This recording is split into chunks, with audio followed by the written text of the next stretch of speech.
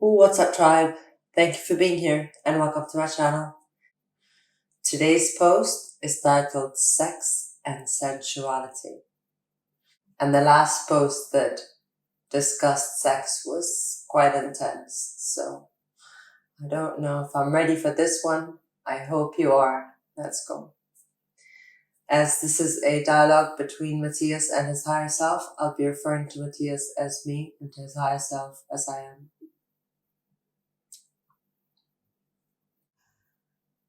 Me. If getting sick means stopping, when we are told to stop and contemplate, is that the spiritual way to get sick? I am. The human lives a busy life in which, in his desire to live, he runs wearing life out. Biological bodies have to ensure their sustenance, live as long as possible. And for this, they look for energy to accumulate for times of scarcity. Thus, every day you wake up, the body asks for food, asks to go out and look for it, asks for love and goes out to look for it, asks to move forward and walks towards the horizon. This is how humans build life on the basis of spending it. In the same way that every time you breathe, you try to absorb as much oxygen as possible in one breath, devouring the air, without being aware that it is the same oxygen that just oxidizes your cells, corroding them to their degradation and death. Me, another of the paradoxes of life. I am. If you eat life in bites, one day you'll end up eating yourself, because you are life. For this reason, faced with the maelstrom of the body's need to live, the spirit asks it to stop, to contemplate. The body understands arrest as illness, but on a spiritual level, illness is called a crisis, from the Greek crisis, which gives rise to criterion and critic. It is the turning point when you come from one path and it opens into two, and you must decide which one to take. The critical point breaks everything that has been built and prompts you to stop, to contemplate, plan, take a notion of the journey. Deciding is the Achilles heel of Libra, and it is also the disease of the spirit. Every crisis in the moment of rethinking, of decision. What do you hope to do from now on? It is a time to shed everything, to move forward. Me, stripping myself of everything. Mount Kailash for me was facing death. The alchemist, whom many call Merlin, accommodated me on that journey. It was a difficult path, crossing a 7,000 meters high with almost nothing and less experience. Several times I felt like I was dying, but I did not stop. There I had a moment of important crisis. Shiva spoke to me, reminding me that I cannot take charge of the world, that I cannot take responsibility for destruction and death, for they are part of the cycle of life. I always wanted to help so that bad things do not happen. And there, at that turning point, the mountain explained to me that it is the destruction that had created it, that it was the destruction that originated the beautiful ecosystems that I enjoy today, the landscapes that amaze us, the species that inhabit the earth. Without destruction, there is no creation. I came down differently, transformed, with the calm of knowing that the destruction that is coming cannot be stopped. What was happening in the following years, that is, now, 2020, and the things that will come. But I understood that different things can be done, that destruction can be used to evolve, to create and transcend, to improve. Upon reaching the bottom, Merlin told me, I'll wait for you in 7 days at the end of the earth. Land's End in England. So I did. I went from Tibet to Nepal and from there to England. When we reached Land's End, he led me to a small circle of stones called Buskawan On and said, get rid of everything. He made me take off my clothes and I stayed in my underwear and he said, everything. There I had a crisis. Shame. I am very shameful, modest with my body. I was always uncomfortable with him. He made me undress in front of the rock and present myself as I was. Being myself, he asked, make your way. Now is your time to be the alchemist. Become me. That was the last time I felt him in the next 14 days when I toured all of England and Scotland alone. Going only to the stone circles from south to north. At that moment, I felt a crisis, a moment of bewilderment in which I felt stripped of everything as I was born, facing shame, fear of showing myself as I am. For 14 days, I did the same in various places, hot or cold, and I began to feel a strange, sacred energy in sexuality that involved the ritual of stripping myself of everything, starting to lose shame. It was no longer losing it, but gaining confidence.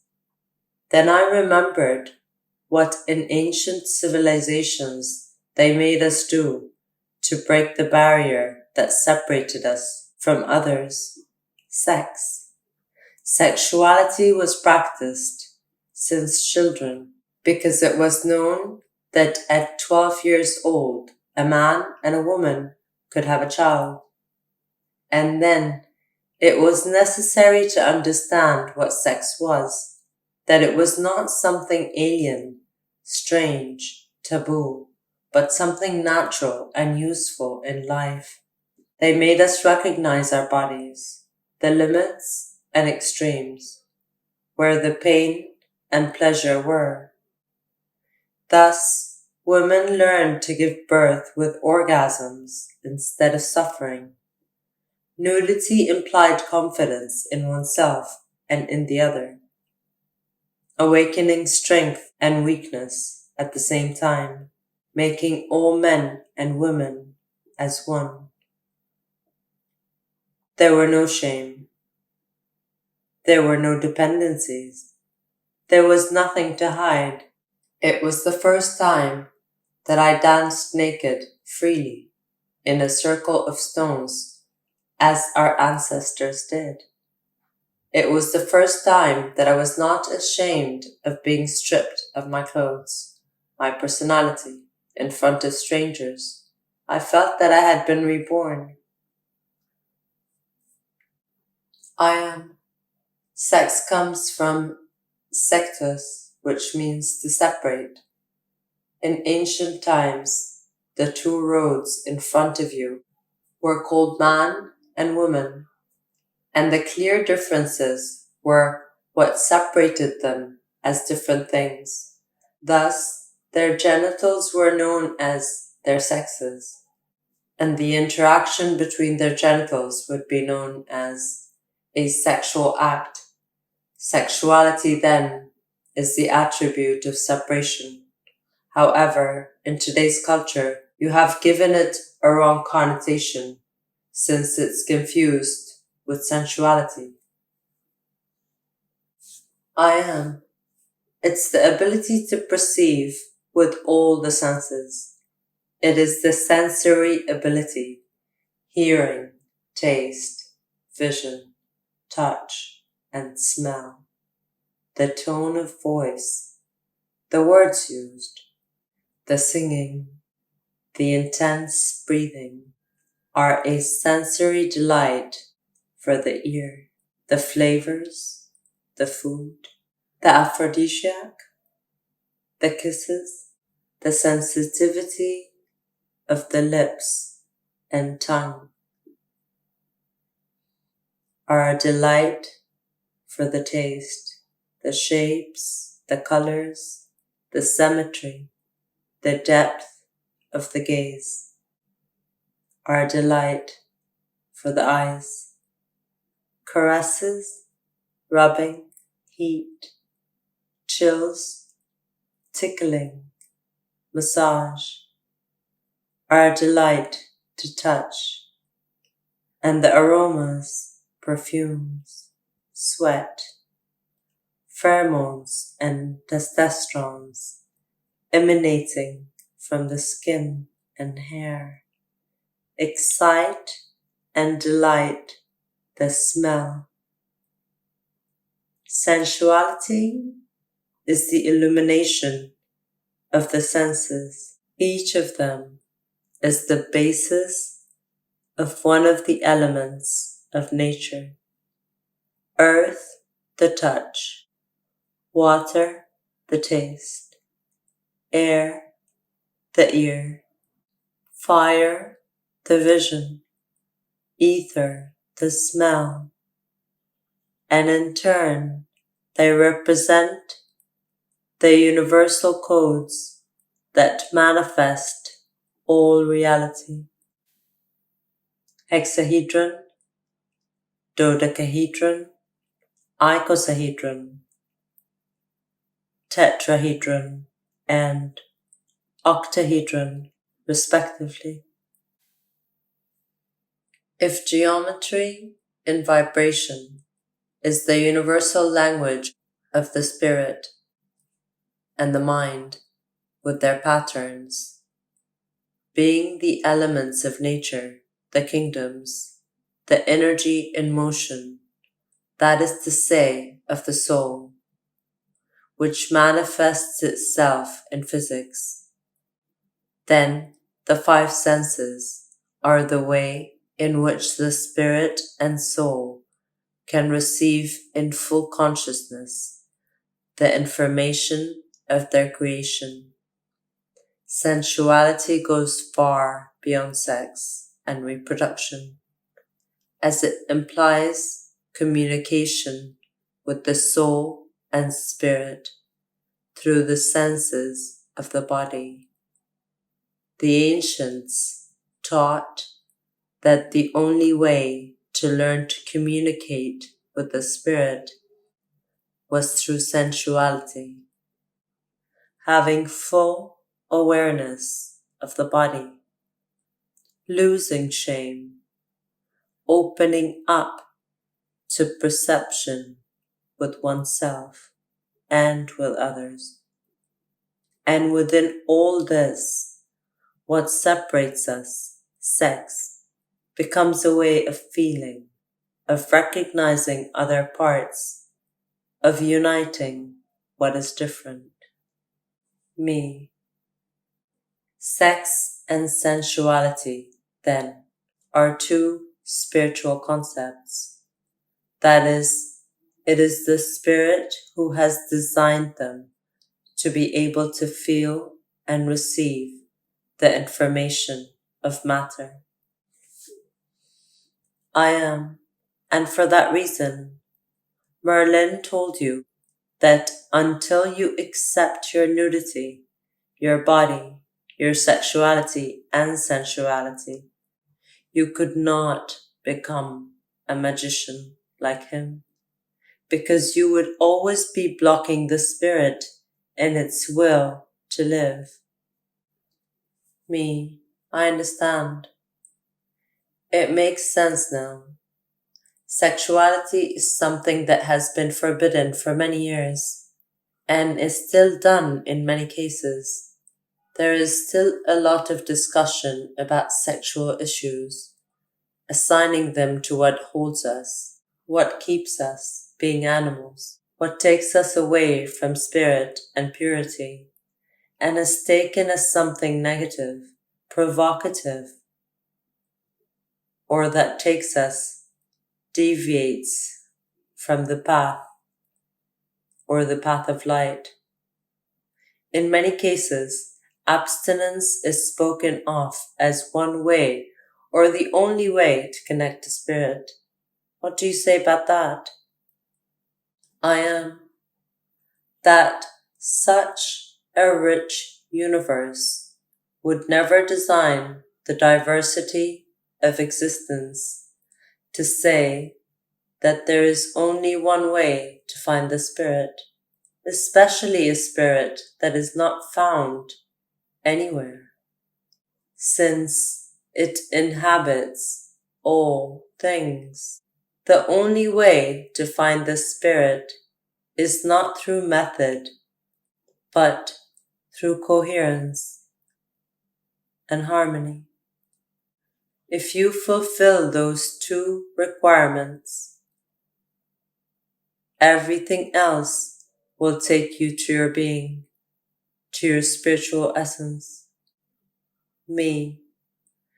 So in a time as troubled as this, of a constant struggle over sexuality, over gender diversity, over feminism, everything generates a conflict that will lead us to spiritual illness, to a crisis that will make us stop and see where we have arrived and how much we have mentalized concepts that are not ideological but sensorial. And there we will return to the essentials. Gender ideology is not an ideology. It's a sensation.